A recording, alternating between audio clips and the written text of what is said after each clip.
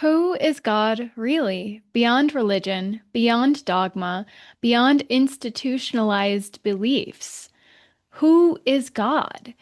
In this episode, we are going to dive deep into one of the biggest questions that there is that we are all seeking to find the truth of.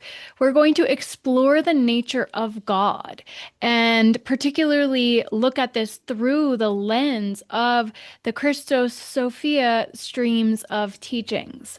So, many people find themselves on the spiritual path because they no longer resonate with religion. They may even hold religious trauma, and yet they feel that there is something deeper to this experience called life. It is not as reductionist as the atheists would have us believe. That there is something more, that there is something greater than us that is connecting us, that weaves the fabric of reality. And at the same time, many begin to replace the idea of God with the universe, with source. A lot of people have trauma with the word God itself. And that, of course, is rooted in the fear-based punisher archetype of God that comes from the patriarchal religions. So, particularly God of the Old Testament in Christianity. So, we're going to really dive deep into the difference between God source and the false God of religion. And just a little teaser, we're actually going to dive deeper into the false God archetypes in the next episode. But in this episode, I really want to hone in and focus on what is God in a more expansive manner than many have perceived up until they reach this point of their journey. So I'm going to share through my lens, but also through the teachings of particular streams that I really deeply resonate with, that God is something that is far beyond religion. And I have myself reclaimed the word God. I used to use universe and source because I was like, oh, God is a little too much like the Christian religion that I grew up in. Although, to be fair, I don't have religious trauma. I grew up in a relatively, I see a hummingbird outside. I grew up in a relatively open, welcoming, liberal type of Protestant Christianity. To be clear, I myself really didn't hold any particular religious trauma or trauma related to the word God. Just as we walk this path, a lot of us start to use alternative terms for God because there is so much programming and conditioning on that term. And the path of spirituality is about transcending dogma and beliefs that keep us in a box. But for me, I have come full circle with the term God. I didn't have trauma, but I did begin to reject the word God, not the essence, but the word, the term. And so, what I would like to do is to restore the idea of God to its original organic essence, the way I perceive it anyway, to open up a conversation as well, of course. But for me, it has a meaning that goes far beyond the God of the Bible, the God of religion. So, here in this episode on the Heart of Truth podcast, we're going to unpack how I perceive God and the teachings and journey that I have gone on that has helped me to restore my connection with this essence of all that is that I refer to as God. And again, look more deeply at the difference between source and the false god of religion, and specifically through the lens of the Christos-Sophia teachings, looking at that divine balance between the masculine and the feminine. So for me, it is Holy Mother, Holy Father God. It is the both and. It is not a patriarchal father masculine God. It is the essence of union itself. So I'm also, of course, going to address why God is not outside of you, not something outside of you, but really it is the light within. us all. And then, of course, how to restore the connection with eternal source beyond intermediaries. So, this is really an invitation for us all to step out of inherited fear-based programming and overlays over the true essence of God source and to step deeper into the truth, into the heart of truth, that you are a direct emanation of God source. So, this is what has really helped me to restore my connection and to come into inner union and wholeness. And I'm not pretending that I'm necessarily 100% there, but I have reached a part of my journey where I feel this sense of inner peace and wholeness on a level that I haven't before. And what has shifted this the most for me is really restoring that connection with God, is healing the God wound itself. And perhaps I didn't have any overt trauma from this lifetime, but there was probably some inherited ancestral trauma that I am aware of to a degree that was probably operating in a residue that I was partially rejecting God. And of course, I was steeped in intellectual math science type teachings for the vast majority of my adulthood, my younger adulthood. And of course, a lot of intellectuals reject God outright because it can't be proven. But the deeper I went on my journey, the more I learned how much quantum science is actually proving the existence of God. So it's really quite a fascinating time that we are in. And I just really wanted to do a deep dive in this episode because the idea of God is so palpably in the consciousness of the collective. Many people are returning to God, returning to Christianity and religion in particular, due to the Charlie Kirk assassination. And while there is a lot of beauty in people returning to God, returning to love, and accepting Christ in their life, because yes, there is a lot of healing that can come through this. I want to invite us to transcend religious dogma when we use these terms and to step outside of the box, the black cube, quite literally, of religion when we embrace this path. Because and we'll get into this in the next episode, there is a little bit of a trap that comes with religion.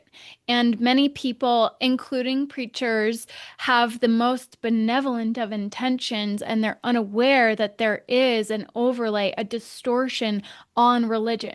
Many people do find genuine salvation and healing when they accept Christ into their hearts. However, there is a frequency fence, is another term for it.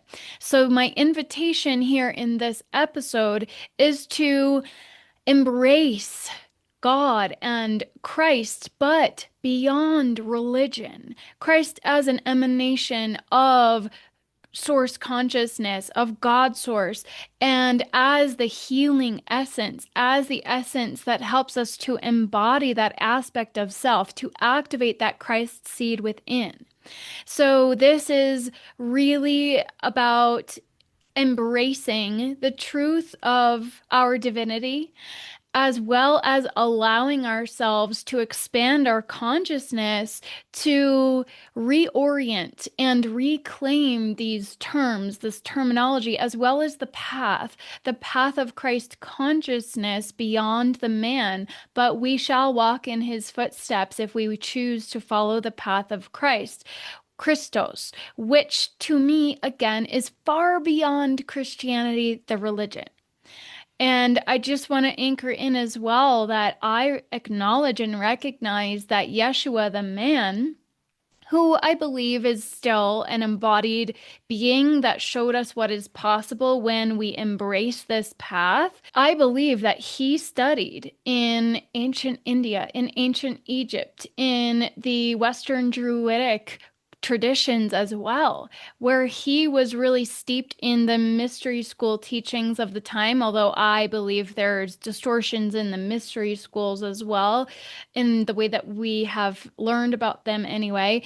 And at the same time, he was taught the inner alchemy necessary to allow the resurrection body to come into fruition. And a lot of what we're talking about comes through the mind. There's an actual biological architecture to the Christ and the whole process, 33 vertebrae in the spine. That's another technical video that we're not going to get into so much, but to look at as a reflection of, as a mirror of the fact that we have this architecture within us all. So, the way I perceive it is that at the highest level, God is the one source beyond gender, beyond polarity, beyond form as well. It is pure divine love and pure divine intelligence. It is the source of all creation. God is love. God is truth. God is the source of all of creation, of life itself, of the miracle of life itself. God is the essence that moves our spirit and conjures the sense of awe when we marvel at the majesty of creation itself. To me, that is God's source moving through us. And I perceive God as this pervasive presence that connects us to the very fabric of existence. It weaves us into the tapestry of creation through threads of pure, unconditional, divine love. This is how I define and connect with the frequency of God. And God, in my mind, has emanations that allow us to connect in a more tangible manner. And that to me is the Christ-Sophia frequencies, Christ and Sophia as emanations embodying the masculine and the feminine polarities. So we're beginning to look at the separation. However, the journey as I see it is to recognize the separation for what it is and then return to wholeness, which in essence to me is a return to love, is a return to God. And so you can choose to not use that term, but to me, God represents omniscience, omnipotence, and just the beauty of all creation itself. So, God to me simply is a name that humans use to refer to this deepest source. It is the mystery of existence itself embodied in a term, and many people have personified this term in the form of a male, of a father, holy father. But across traditions, this word really points to something transcendent and at the same time intimate. To me, the journey is about creating this personal, intimate connection with God, with the Christ. And this is again going so far beyond religion, not needing an intermediary, but having that personal relationship with the essence of the all that is an aspect of who you are. That really is who you are at your core. It's this creative intelligence, this love. It is also the field that births and sustains all life. But of course, the way people describe that changes with culture and language and experience. So again, a lot of people wind up rejecting God because of religious trauma. And there's no judgment on my part for that. And that is part of what we are here to heal and reconcile is that judgment aspect of a punisher God, of a God that is based in fear. And this is where I diverge from traditional religion. And I was raised Christian, and I believe that there's a lot of beauty in the Christian, in the pure Christian teachings, in the pure teachings of Christ. However, there has been so much distortion, so much overlay, so much editing, straight up editing of the Bible, editing out the Gospel of Mary, for example. It's a perfect example. And they had hundreds of scriptures, I think to the tune of like 300, and they narrowed it down to a small number. And there was a lot of political motivation behind the editing. Again, we're going to get deeper into this in the next episode, but I just want to be clear, very, very clear, that my stance is that we are here to transcend religion, transcend the dogma and the doctrine of religion, to embrace the purer aspects of the scripture, the pure teachings. You will do greater things than me. That was actually a beautiful prophecy, the peace that passeth all understanding. There are certain scriptures that have resonated very deeply for me on my path because they hold very deep truths, a profound wisdom that is also showing us the way. And I believe that it would be a folly to reject the beauty that does exist in a lot of the organic original scripture. And at the same time, there is a fine balance. We have to use a great deal of discernment when we look to the Bible, when we look to the scripture, when we look to the modified teachings that have come through religion. So before I get into the Christos-Sophia teachings in a little bit more depth, I'm going to just give an overview of the different ways that God has been perceived across the world. Might not be fully comprehensive, but just to kind of give that overview, that context, that foundation, to then move beyond that ultimately is the goal here. So we have, of course, the personal theistic God that I have largely been referring to up until now, the God of the patriarchal religions like Christianity, Judaism, and Islam. So this is a conscious, relational, personified being who cares for creation in the pure form. God as the creator, the judge, the lover, and this intimate presence. But as we'll get into in the next episode, there is a difference, a major distinction between the God of the Old Testament in the Bible and the God of the New Testament. So we're going to dive deeper into that. Then there's also this kind of impersonal beingness. So God is the ultimate reality or kind of the ground of the field. So mystics and philosophers may perceive God like this. It's not the person, but the source from which all being arises. And this is kind of more closely aligned with the way that I perceive God. That we have pantheism, where God is both immanent in the world and greater than it. The world is in God, but God also transcends it. So that's a little bit more nuanced there, but it's this idea that God is the universe, the sacredness of all that is. That's what pantheism is. And again, that's a little closer to how I perceive it. Then we have this non-dual perspective. So there's no separation between God and self. Our ego self is an emanation, a fractal of God, if you will. Again, kind of closely aligns with how I perceive it. Then we have the feminine, Sophia, cosmic mother perspectives, which obviously diverges from the patriarchal religion perspectives. So we see God as wisdom, as the mother, as the living matrix of love and intelligence. So this is a very important perspective in many of the mystical traditions. God more as a mother archetype. And then there's this kind of relational view of God where God is this dynamic co-creator evolving with the universe itself. So not entirely fixed, but responsive to the evolution of creation, which I find to be kind of an interesting viewpoint.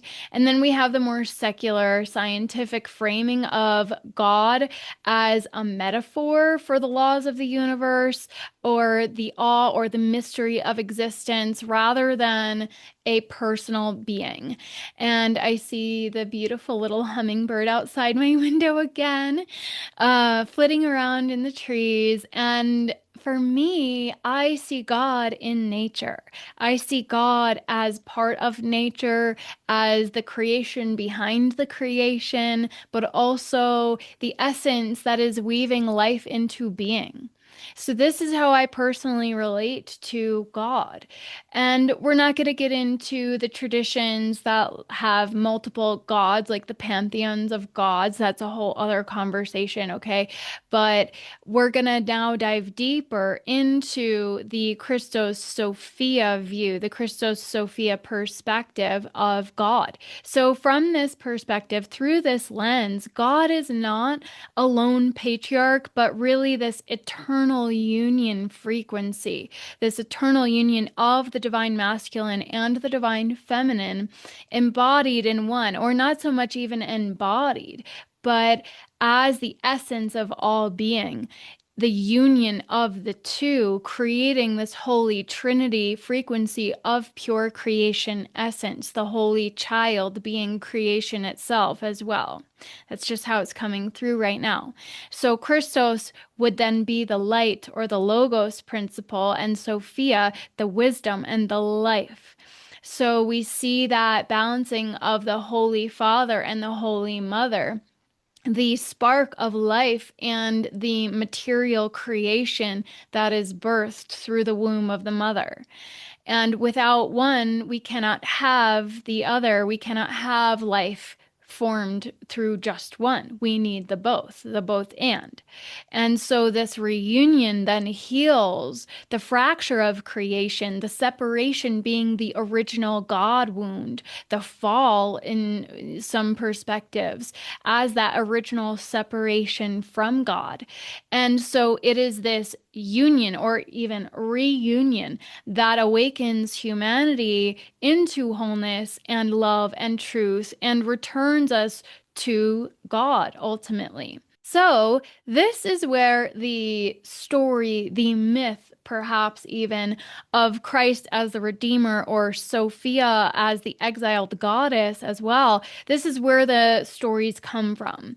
So, it's less so about sin and more about the reunion and reintegration of polarity. So, it's about the journey that we are here to walk, that we are here to go on in order to transcend that separation consciousness and return to the frequency of inner union and wholeness. And it's inner union above all. And if we're talking about divine union, it is inner union that must occur first in order for it to manifest as within, so without. So this is not about male versus female humans. It's about the archetypal forces of order and life itself, of creation itself. So Christos provides the structure, the clarity, the light, the logos, the solar essence. And then Sophia is the flow, the wisdom, the womb, the waters, and then depending on the lens through which we're looking at, the lunar, or I prefer the stellar essence. So we look at that starry night essence in the dark firmament. This is coming up in the collective consciousness as well, the dark mother, but also the dark mother that is the light, the side of the dark mother. So there's a lot of dark mother frequency coming up to be integrated, purified, alchemized in the collective. I'm seeing this with clients, but what is also occurring is the activation of the pure dark mother, the holy mother that is the pure primordial source of all, the void space, if you will. And I was just having a conversation about this with a friend who is being activated by this frequency now. And I myself went through a very deep activation last year. And it ultimately gave birth to the winter solstice activation because it was this essence of pure beauty that came through. But there was this deep physical purge that occurred in tandem in order for that activation, in order for that space to be created, for that activation to come in. And it was this pure Christ Sophia essence that was coming through. The Christ frequency coming through, but also the embodiment of the Holy Mother as the Sophia, as the mother of the Holy Child. But she wasn't operating alone. And it was the maybe I'll just share it. So the sky was filled with stars. So I had this visual, this vision, and The sky was just filled with the most beautiful sparkling stars, and I was standing in an open winter clearing, so pure white snow on the ground. There was no moon in the sky, just pure shimmering brilliance of the stars, the ultraviolet essence radiating and shimmering. It was like the sky was alive.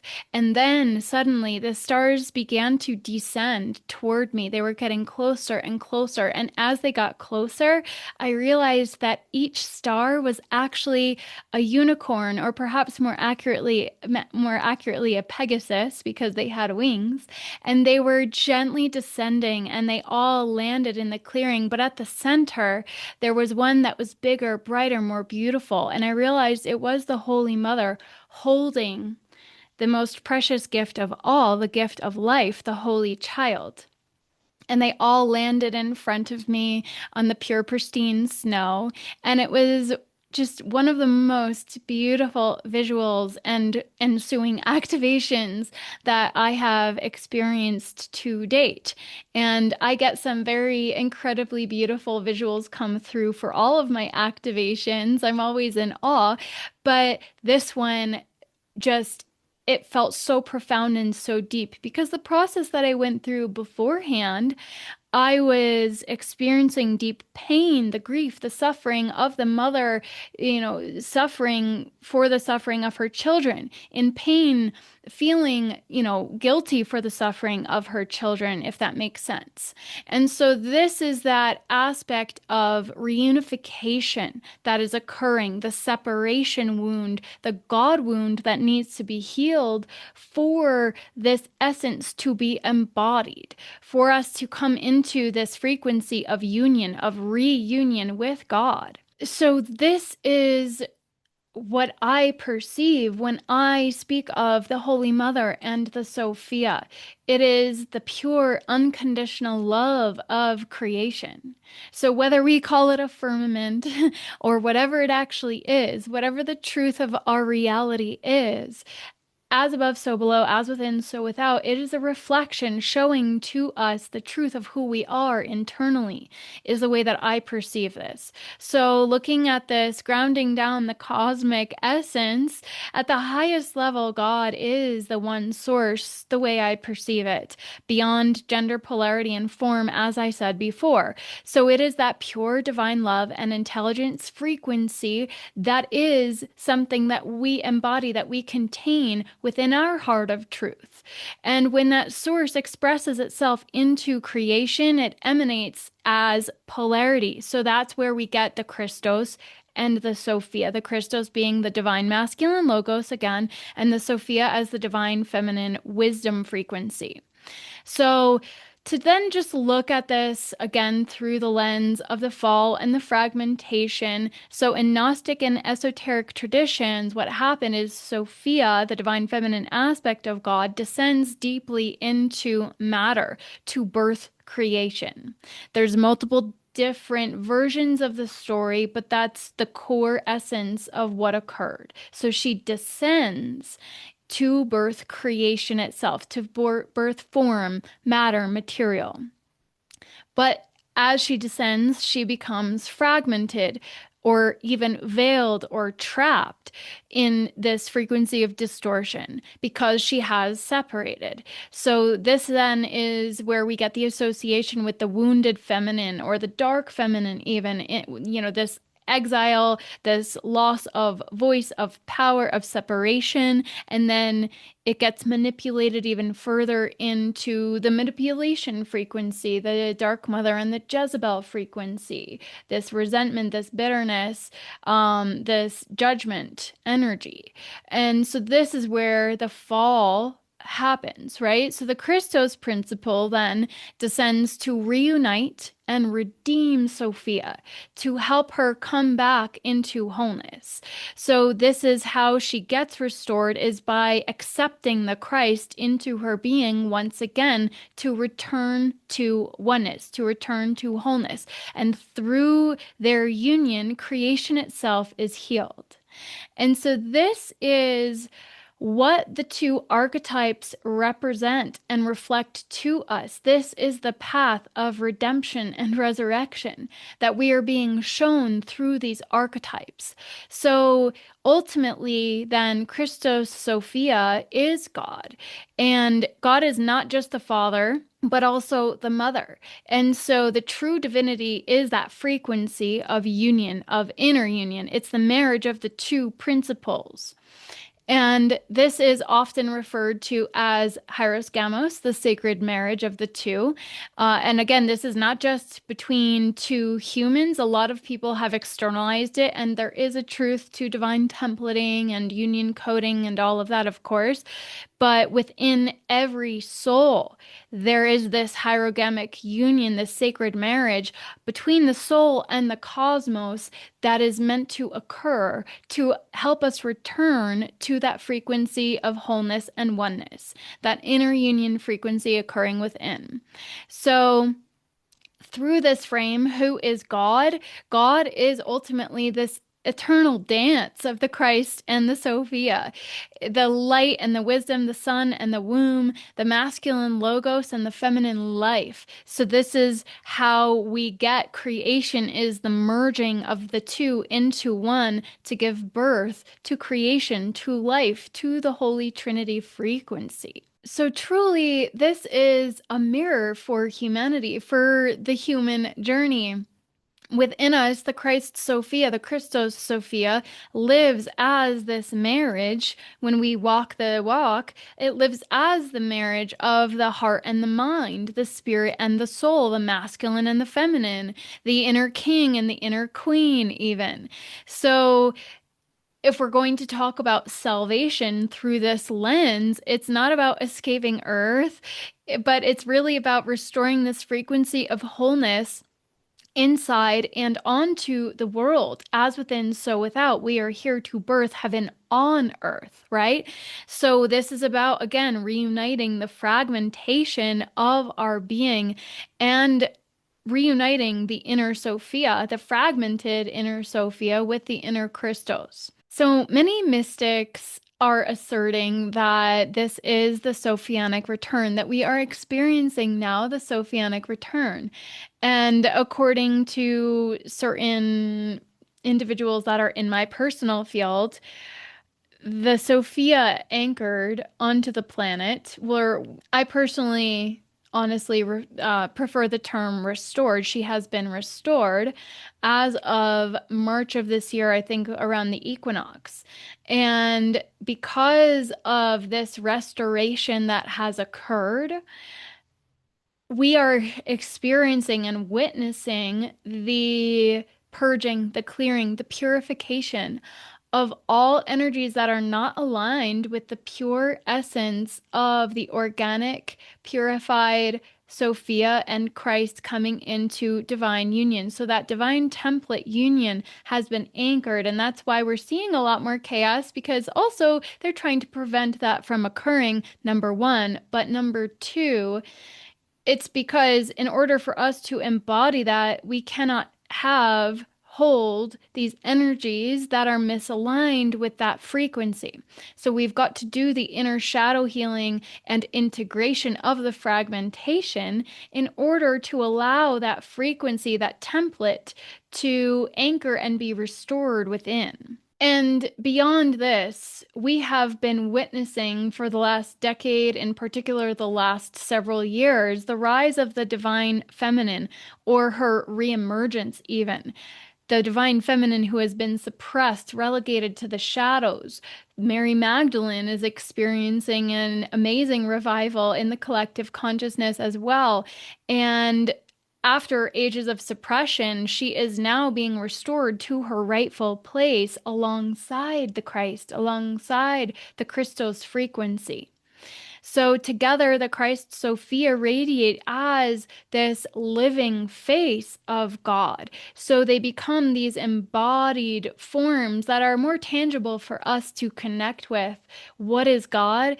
It is the embodiment of this union frequency in a more tangible perspective. So humanity is being called into this frequency of harmony and sovereignty. We're being called to step forward in our divinity, to reclaim that essence that lives within, that has only been suppressed. The light was never snuffed out, it has just been dimmed. It's a mere flicker when we're meant to be ignited and fully ablaze and aflame within our hearts, united with that frequency of God. So, asking who is God is also an invitation for us all to really sit with what resonates with us within our body, within our life, within our being.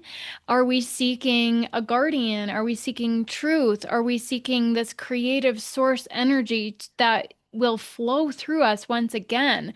Is it more of a moral law frequency that some of us connect with, or simply a feeling of connectedness, of interconnectedness, or this experience of oneness, this sense of just pure beingness, or some blend of all of the above, even?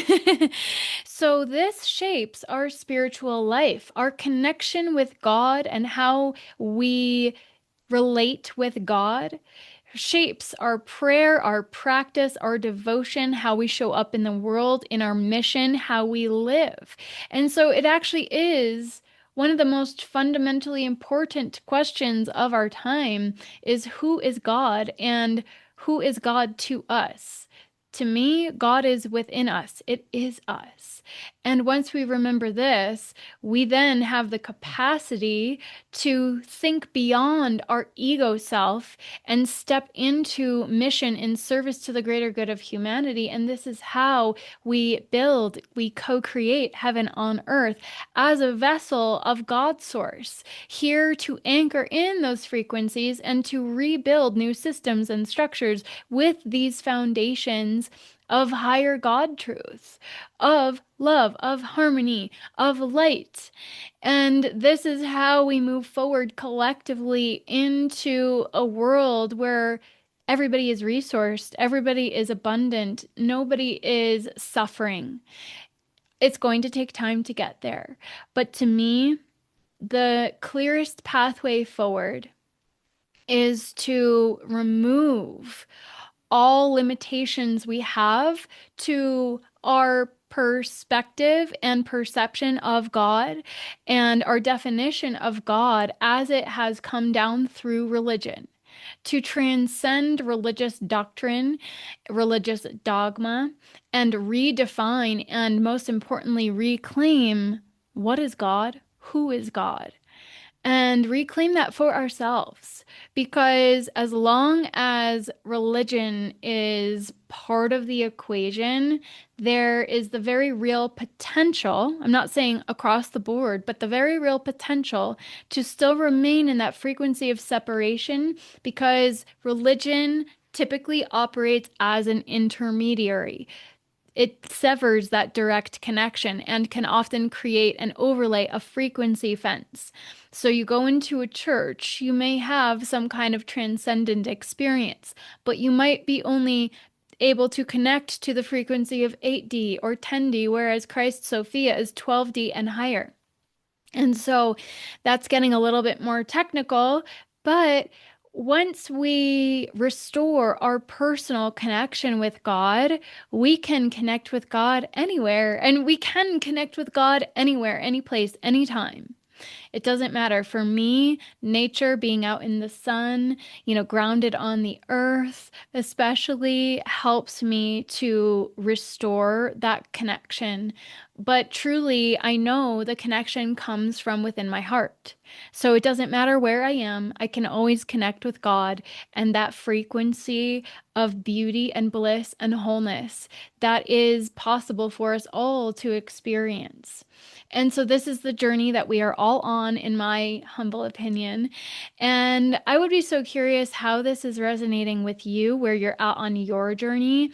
If you use a different term, if you don't like the word God, how do you connect with this frequency And, beyond the term itself, does what I've shared resonate with you? If you're on a different path, I would love to hear how that path has perhaps restored your connection or healed you, something to that effect. And I do get deeper into this. I'm in the midst of editing my audiobook as well. And I just finished chapter 18, and that is creating heaven on earth, or co-creating heaven on earth. So in my book, Let There Be Light, liberating the heart of humanity to create heaven on earth. What is the liberation of the heart? It is, releasing the confines of the pain, of the wounding, of that separation consciousness to restore that frequency of wholeness and inner union. That's what I mean when I mean liberating the heart of humanity. And then how do we create heaven on earth? By becoming that beacon, that vessel of pure God love. And so this is how I define it. And yeah, so it's been an interesting journey for me because my path took me through the New Age teachings, although I didn't get so veered off course and really deeply entangled with some of the distortions, although I did get a bit entangled unwittingly. So for me, this is where I have found the deepest truth, what resonates the most deeply with me anyway. I have studied many different perspectives and lenses, and this is what resonates most deeply for me, where I'm at on my path. And yes, I'm very curious how this is landing with you. And in the next episode, we're going to go a little deeper into the God of religion and what that God actually is. And in the meantime, if you would like to get my book, that's available in the description below. And I, of course, have the Inner Temple where there are loads and loads of resources, well over 100 videos, dozens of additional activations and resources to assist you on your journey of integration and walking the path to wholeness. The original essence of what I created, it's the path of mastery, but the original essence was healing back to wholeness. That was a phrase that dropped in 2019 before I was really understanding the depth of the nuance there of the Christos-Sophia frequencies. That was not really in my vernacular at the time, but I knew that was the journey, is this return to wholeness. And so that is the foundation of Luminary, my core course that is available inside the Inner Temple, which also grants you access to the activations that I host, like on the solstices, equinoxes, and the cross quarter days in between. Really just looking at the solar movements across the sky is what the basis and foundation for the dates is. And there's breath of life, breathwork course, awakening fundamentals, and so much more. And the next masterclass has really anchored, and I believe it's going to be live, a free masterclass on the 14th of October. Give me a moment, but yeah, the registration page isn't 100% updated, but it will be maybe by the time you see this too.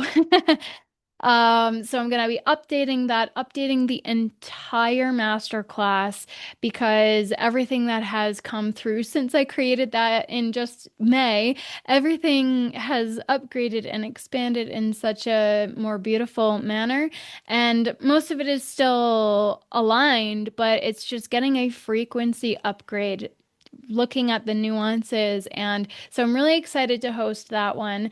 I believe it's going to be the 14th, give or take. So get on the list and then you'll know for sure. Get on the list for that and you won't miss the updates. And yes, I'm very excited for all that is to come. I also offer the one-on-one sessions. If you would like to go deeper with me, I work with the frequencies of the Christ and the Sophia, the crystalline womb frequencies. I work through direct God source and the direct emanations of God source. That's how I work. and it's working for my clients. So if you feel that you want assistance in ending karmic looping, I have the karmic liberation or a crystalline womb healing or soul blueprint activation and restoration session. So those are the options at the moment. My price will be going up for those soon. Everybody inside the inner temple will maintain access to the current pricing. But if you're just wanting a one-off, just so you know, the pricing for that is going to be increasing soon because it's a lot of energy and we get a lot of work done in a short amount of time because we go to the root of the particular issues. It doesn't mean everything's going to be solved in one session necessarily, but yes, they're quite effective, but also a lot of energy.